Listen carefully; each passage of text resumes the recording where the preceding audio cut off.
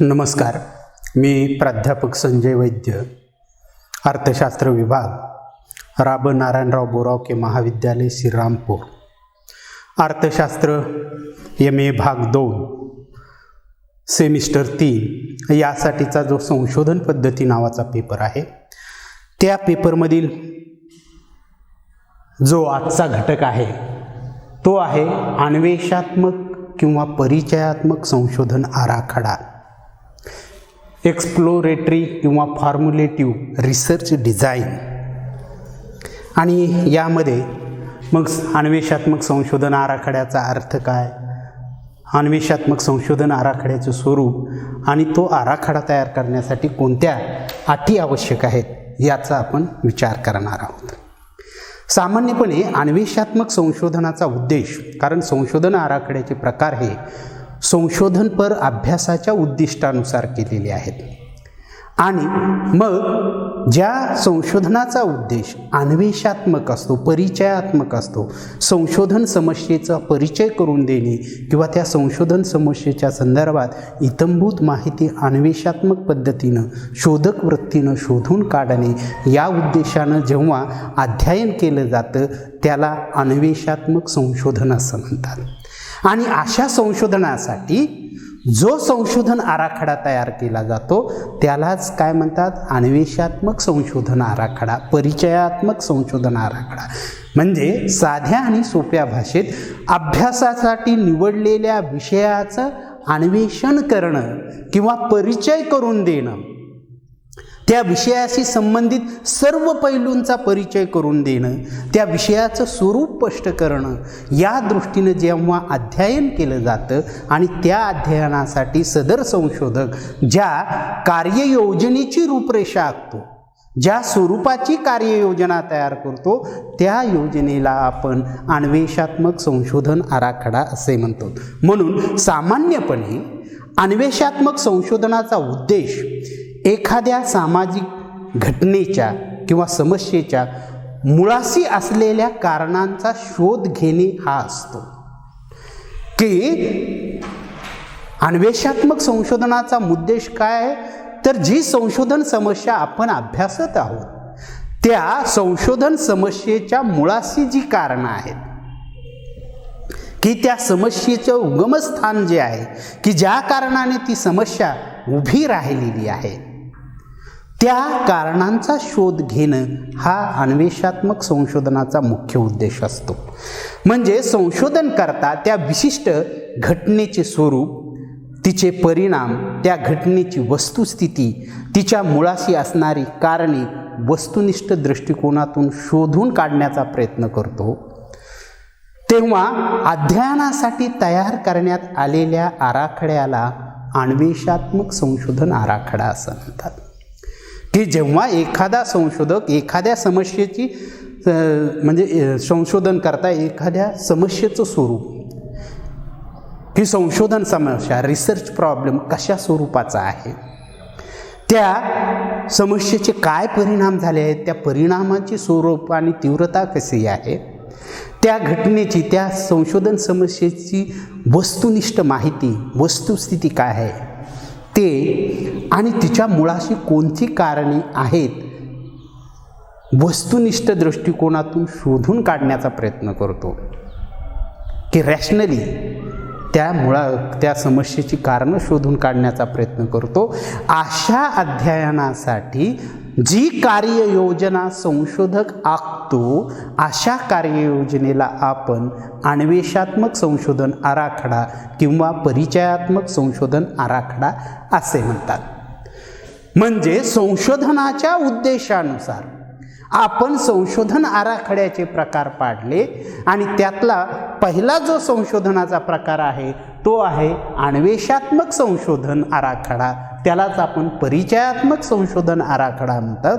आणि या आराखड्याचा मुख्य उद्देश काय आहे, की संशोधन समस्येचं स्वरूप स्पष्ट करणं, संशोधन समस्येच्या परिणामाचं स्वरूप आणि तीव्रता स्पष्ट करणं किंवा जाणून घेणं, संशोधन समस्येचे मूळ कारणं, वस्तुनिष्ठ कारणं कोणती आहेत ते शोधून काढणं आणि या अनुषंगानं, या उद्देशानं जेव्हा तो प्रयत्न करतो, संशोधनपर अभ्यास करतो, यासाठीची जी त्याची कार्ययोजना आहे त्या कार्ययोजनेला अन्वेषात्मक संशोधन आराखडा असे म्हणतात. म्हणजे ज्यावेळी एखाद्या घटनेचे स्वरूप किंवा तिच्या संबंधीची वस्तुस्थिती, तिच्या मूळ किंवा तिच्या मुळाशी असणारी कारणे, म्हणजे एखाद्या घटनेचं स्वरूप, त्या घटनेची वस्तुस्थिती, त्या घटनेच्या मुळाशी असणारी कारणे, या घटनेचे परिणाम इत्यादी बाबीची वस्तुनिष्ठ दृष्टिकोनातून शोधून काढण्यासाठी जेव्हा अध्ययन केलं जातं आणि त्या अध्ययनासाठी जो आराखडा वापरला जातो त्याला अन्वेषात्मक संशोधन आराखडा असे म्हणतात. म्हणजे जेव्हा एखाद्या घटनेचे स्वरूप स्पष्ट करणे, त्या घटनेशी संबंधित वस्तुस्थिती काय नेमकी आहे ते जाणून घेणे, तिच्या मुळाशी कोणती कारणे आहेत त्यांची वस्तुनिष्ठ कारणमीमांसा करणे, त्या घटनेमुळं कोणते परिणाम होणार आहेत इत्यादी बाबीची वस्तुनिष्ठ दृष्टिकोनातून माहिती शोधून काढणे, यासाठी जो संशोधन आराखडा वापरला जातो त्याला अन्वेषात्मक संशोधन आराखडा असे म्हणतात. म्हणजे अन्वेषात्मक संशोधन आराखडा की हा संशोधन आराखडा अध्ययन समस्येसंदर्भात गृहीत कृत्ये निर्माण करण्यास उपयुक्त ठरतो. की अन्वेषात्मक संशोधन आराखडा अशा स्वरूपाचा असतो की त्यामुळं त्या समस्येचं स्वरूप स्पष्ट होतं, त्या समस्येची नेमकी वस्तुस्थिती काय आहे हे जाणून घेता येतं, त्या समस्येच्या परिणामाची तीव्रता कशी आहे हे जाणून घेता येतं, त्या समस्येच्या मुळाशी कोणती कारणं आहेत हे स्पष्ट होतं आणि तेही वस्तुनिष्ठ दृष्टिकोनातून स्पष्ट करण्यात येतं. तेव्हा यामुळं की अशा प्रकारच्या संशोधन आराखड्यामुळं किंवा अशा प्रकारच्या अन्वेषात्मक अध्ययनामुळं संशोधन समस्येसंदर्भात गृहीत कृत्य निर्माण करण्यास मदत होते. गृहीत कृत्य म्हणजे काय की संशोधन समस्येची संभाव्य उत्तरे विधानाच्या स्वरूपात मांडणे, म्हणजे संशोधन समस्येच्या अनुभव मिश्रित पूर्वज्ञानाच्या आधारे त्या समस्येचं उत्तर, संभाव्य उत्तर विधानाच्या स्वरूपात मांडणं, त्याला आपण काय म्हणतो गृहीत कृत्य, त्याला आपण इंग्लिशमध्ये हायपोथेसिस म्हणतो किंवा परिभाषित भाषेमध्ये अपगमन काय असा शब्दप्रयोग वापरला जातो, म्हणजे अभ्युपगमन असा शब्द वापरला जातो. उपकल्पना, गृहीत कृत्य, हायपोथेसिस, परिकल्पना अशा वेगवेगळ्या पुस्तकामध्ये त्याला शब्दप्रयोग वापरलेले आहेत. तर असे संशोधन समस्येची संभाव्य उत्तरं मिळवण्याच्या दृष्टीनं देखील हा संशोधन आराखडा महत्त्वाचा असतो. की जनरल ट्रेंड स्टेटमेंट ऑफ काय म्हणतात त्याला आपण general statement of study subject असा शब्दप्रयोग वापरला हायपोथेसिस. म्हणजे परिकल्पना ही संशोधकाला मार्गदर्शन करणारी बाब आहे. संशोधन कार्याची व्याप्ती आणि दिशा या संदर्भात मार्गदर्शन करण्यामध्ये परिकल्पनेचं महत्त्व अतिशय विचारात घेतलं जातं. गृहीत कृत्य अतिशय महत्त्वाचं ठरतं आणि अशी वस्तुनिष्ठ आणि योग्य गृहीत कृत्य निर्माण करण्यामध्ये अन्वेषात्मक संशोधन आराखडा अतिशय महत्त्वाचा ठरतो. तसेच अन्वेषात्मक संशोधन आराखड्यामुळे कार्यकारण संबंध स्पष्ट होण्यास मदत होते. की अन्वेषात्मक संशोधन आराखडा अशा स्वरूपाचा आहे की ज्या संशोधन समस्येचा तुम्ही अभ्यास करणार आहोत त्या संशोधन समस्येशी जे जे घटक, चल, व्हेरिएबल संबंधित आहेत त्यांच्यातील परस्पर संबंध कशा स्वरूपाचा आहे हे स्पष्ट करण्याच्या दृष्टीनं देखील अन्वेषात्मक संशोधन आराखडा अतिशय उपयुक्त ठरतो. कारण संशोधन समस्येशी असणाऱ्या विविध घटना, बाबी यांच्यातील कार्यकारण संबंधाचं स्वरूप स्पष्ट झाल्याशिवाय आपल्याला सामान्य निष्कर्ष मांडता येत नाही आणि त्या दृष्टीने देखील अन्वेषात्मक संशोधन आराखडा अतिशय महत्त्वाचा आहे. की तुम्हाला तुमच्या संशोधन समस्येच्या संदर्भात जे जे घटक आहेत, की जे जे चल आहेत त्यापैकी काही स्वतंत्र चल असतील, काही परतंत्र चल असतील, तर स्वतंत्र चलाचा परतंत्र चलावर कसा प्रभाव पडतो हे जर जाणून घ्यायचं असेल तर आपल्याला अन्वेषात्मक संशोधन आराखडा उपयुक्त ठरतो. किमतीचा मागणीवर कसा प्रभाव पडतो हे जाणून घेण्यासाठी आपल्याला अन्वेषात्मक संशोधन आराखडा उपयोगी पडतो. म्हणजे सांगण्याचं तात्पर्य की संशोधन कार्यामध्ये गृहीत कृत्याची निर्मिती आणि सहसंबंधाचं स्वरूप जाणून घेण्याच्या दृष्टीनं अन्वेषात्मक संशोधन आराखडा उपयुक्त ठरत असतो. अन्वेषात्मक संशोधन आराखड्यामुळे संशोधकाला त्या विषयासंबंधी असणाऱ्या विविध पैलूचं ज्ञान होतं की या संशोधन आराखड्यामध्ये अभ्यासासाठी जी काही समस्या तुम्ही निवडलेली आहे त्या समस्येशी संदर्भात जे जे पैलू आहेत त्या पैलूचं वस्तुनिष्ठ ज्ञान प्राप्त होण्याच्या दृष्टीनं देखील मदत होते. तसेच विषयाचे अध्ययन म्हणजे संशोधन समस्येचे अध्ययन ज्या स्थितीत करण्याचा विचार संशोधकाचा आहे, ज्या स्थितीत करण्याचा विचार संशोधकाचा असेल त्या स्थितीचं योग्य माहिती मिळते की संशोधनामध्ये एखाद्या कारकाचा दुसऱ्यावर काय प्रभाव पडतो हे नियंत्रित पद्धतीमध्ये पाहावं लागतं आणि तशी नियंत्रित पद्धत निर्माण करणं सामाजिक शास्त्राच्या दृष्टीनं अतिशय कठीण आहे.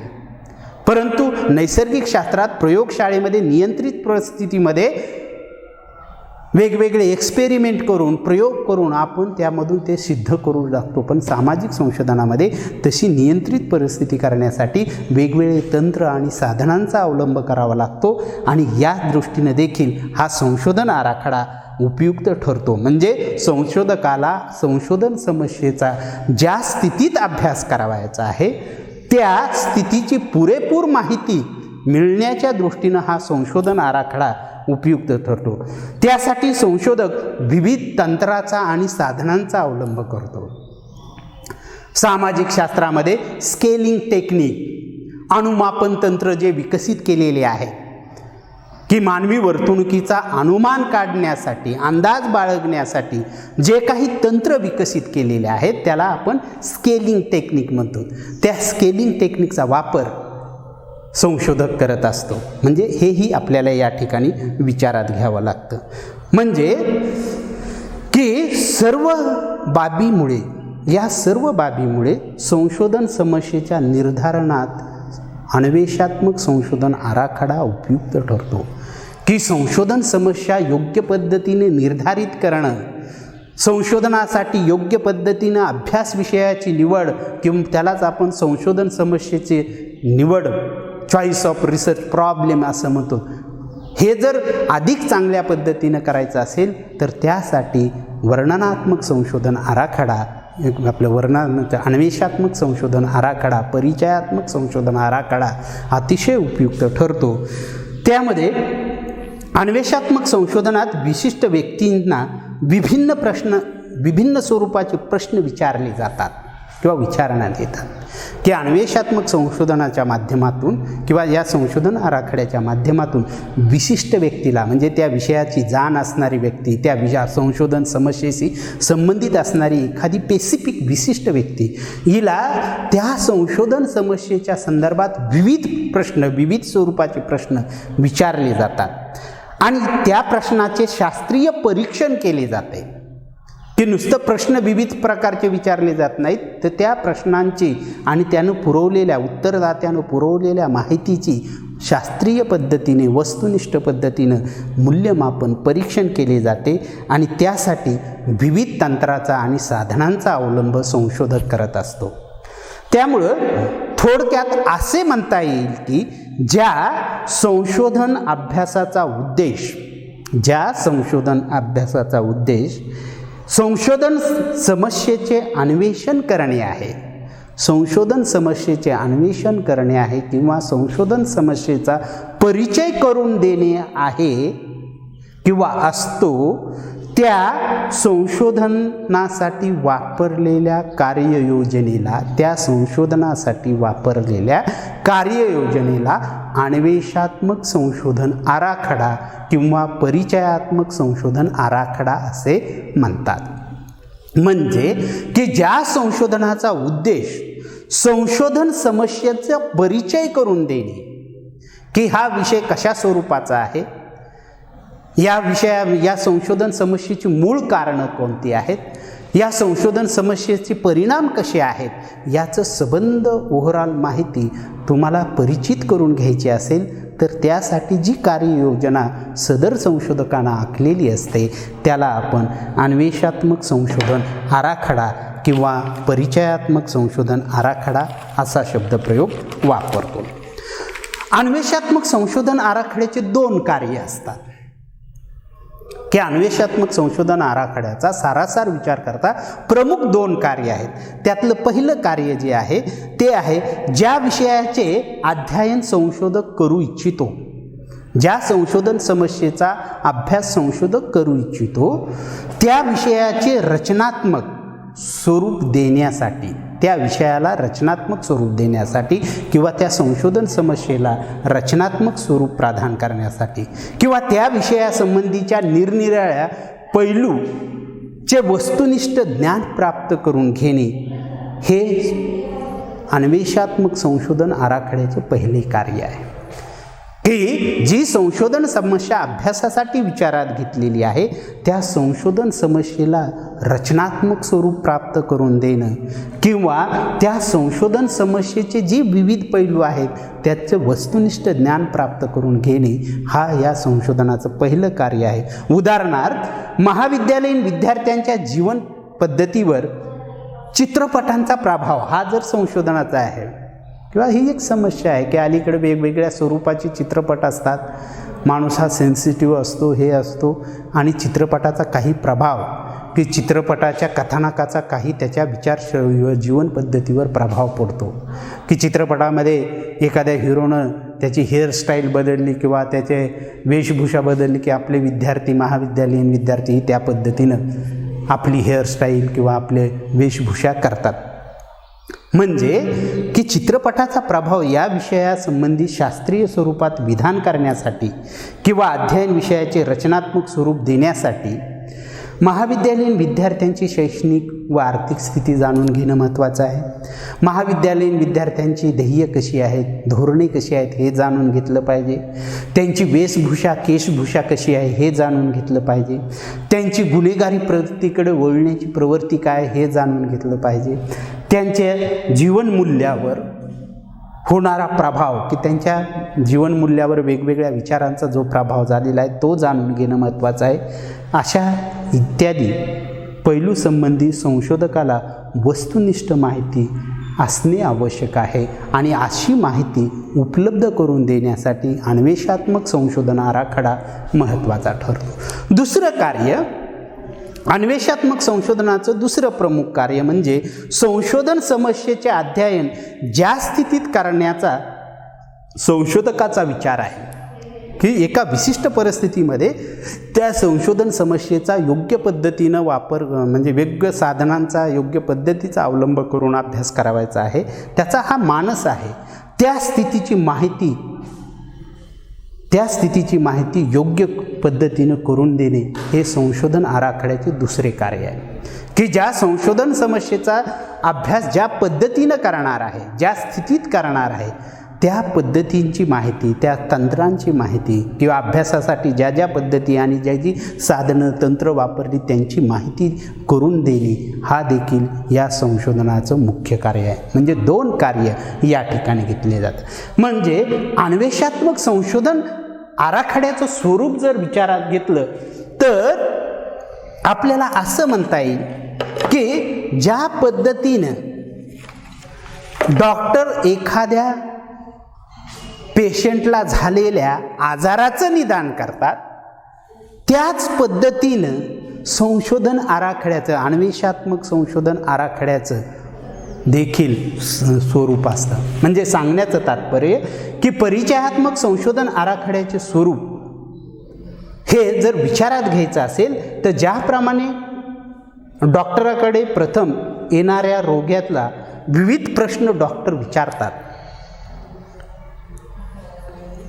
ते प्रश्न पूर्वनियोजित नसतात की त्या ठिकाणी रोगी गेल्यानंतर डॉक्टर पहिला प्रश्न काय झालं, कसं झालं, तर टेम्परेचर तुम्हाला कसं वाटतं, काय करतं, म्हणजे तो वेगवेगळे प्रश्न पूर्वनियोजित प्रश्न नसतात. रोग्यांकडे बघून त्याचे सगळं बघून डॉक्टर आपल्या प्रश्न योजना तयार करत असतो आणि हळूहळू प्रश्न वेगवेगळे प्रश्न विचारतो आणि तो रोग्यांची प्रारंभिक तपासणी करून नवीन माहिती संकलित करतो. त्या प्रश्नांच्या माध्यमातून त्या पेशंटला काय झालेलं आहे त्या संदर्भातील लक्षणे जाणून घेण्यासाठी वेगवेगळे प्रश्न विचारले जातात आणि त्यातून नवीन माहिती तो संकलित करतो आणि जसजशी रोगांची लक्षणे डॉक्टरला कळून येतात की ताप आला आहे, सर्दी झाला आहे, खोकला झाला आहे, कशामुळं झाला आहे, व्हायरल काय सिच्युएशन आहे, कुठं गेलता, तुमची हिस्ट्री काय, तुमच्या घरात कोणाला काय आहे का, असं ते हळूहळू प्रश्न जाणून घेतले जातात.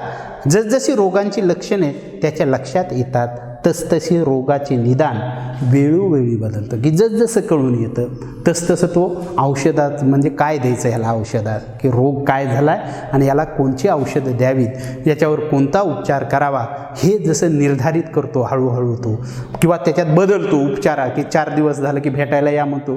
ते पेशंट म्हटलं माझं राहिलं नाही की मग अजून त्याला काहीतरी हे करून जाणून घेतो आणि नंतर पुन्हा हे करतो. म्हणजे शेवटी डॉक्टर एका निश्चित निष्कर्षापर्यंत येतो. अशा प्रक्रियेमधून डॉक्टर शेवटी एका निश्चित निष्कर्षापर्यंत येतो आणि त्याला जी उपचार करतो त्यामधून तो रोगी बरा होतो.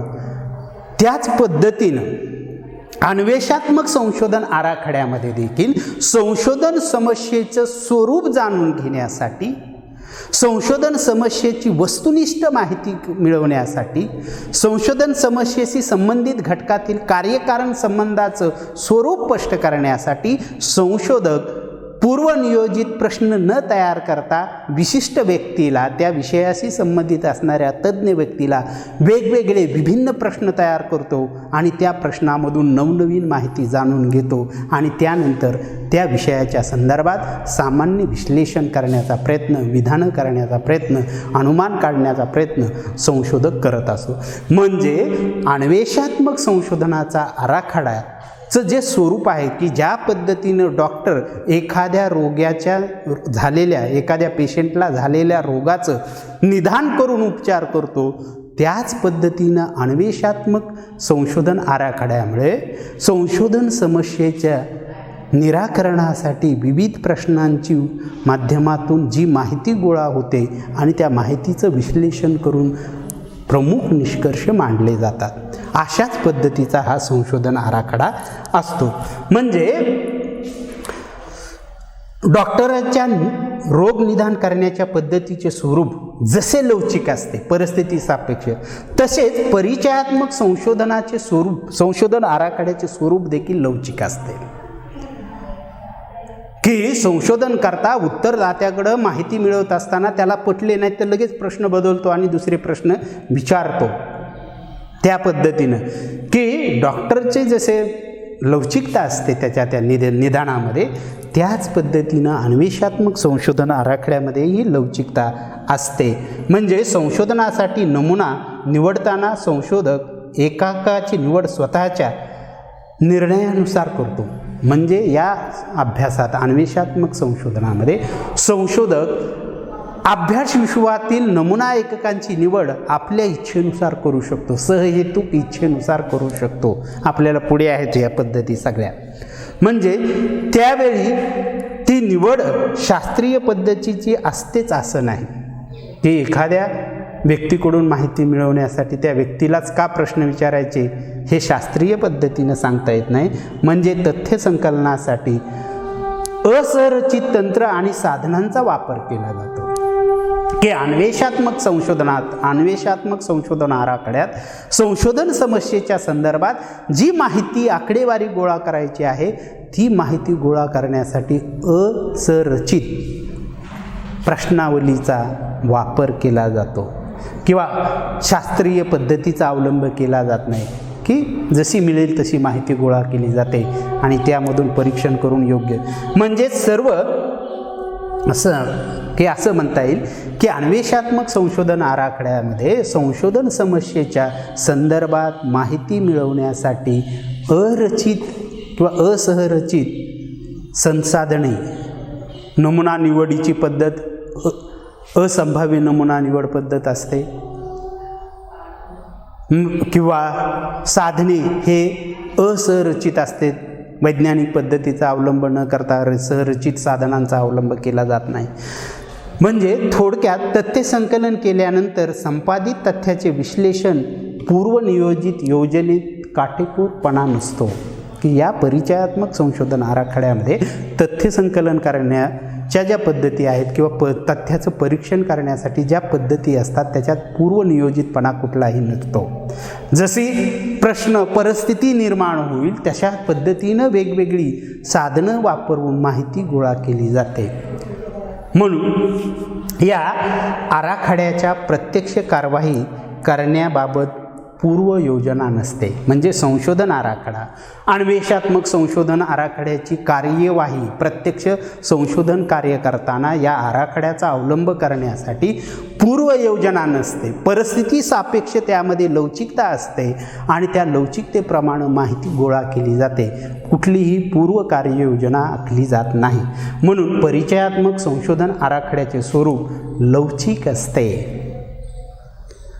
आता आपण दुसरा अन्वेषात्मक संशोधन आराखड्यासाठी आवश्यक अटी, की अन्वेषात्मक संशोधन आराखड्यासाठी ज्या काही बाबी आवश्यक असतात ते देखील पाहणं गरजेचं आहे. त्यातली पहिली, संबंधित साहित्याचे अध्ययन किंवा सर्वेक्षण, की अन्वेषात्मक संशोधन आराखडा तयार करण्यासाठी संशोधन समस्येसंदर्भात जे काही संदर्भीय साहित्य असेल किंवा जे जे संशोधन झालेलं आहे त्याचा अध्ययन संशोधकाला करणं गरजेचं आहे. ही पहिली अट आहे.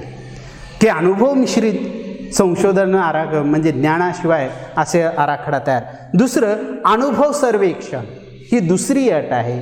आणि तिसरी, आंतरदृष्टीय प्रेरणा, ही तिसरी अट आहे. या 3 अटी असल्या तरच अन्वेषात्मक संशोधन आराखडा वस्तुनिष्ठ पद्धतीनं प्रभावीपणे तयार करून संशोधन प्रभावीपणे तयार करता येतं. ओके, धन्यवाद. आपण थांबू.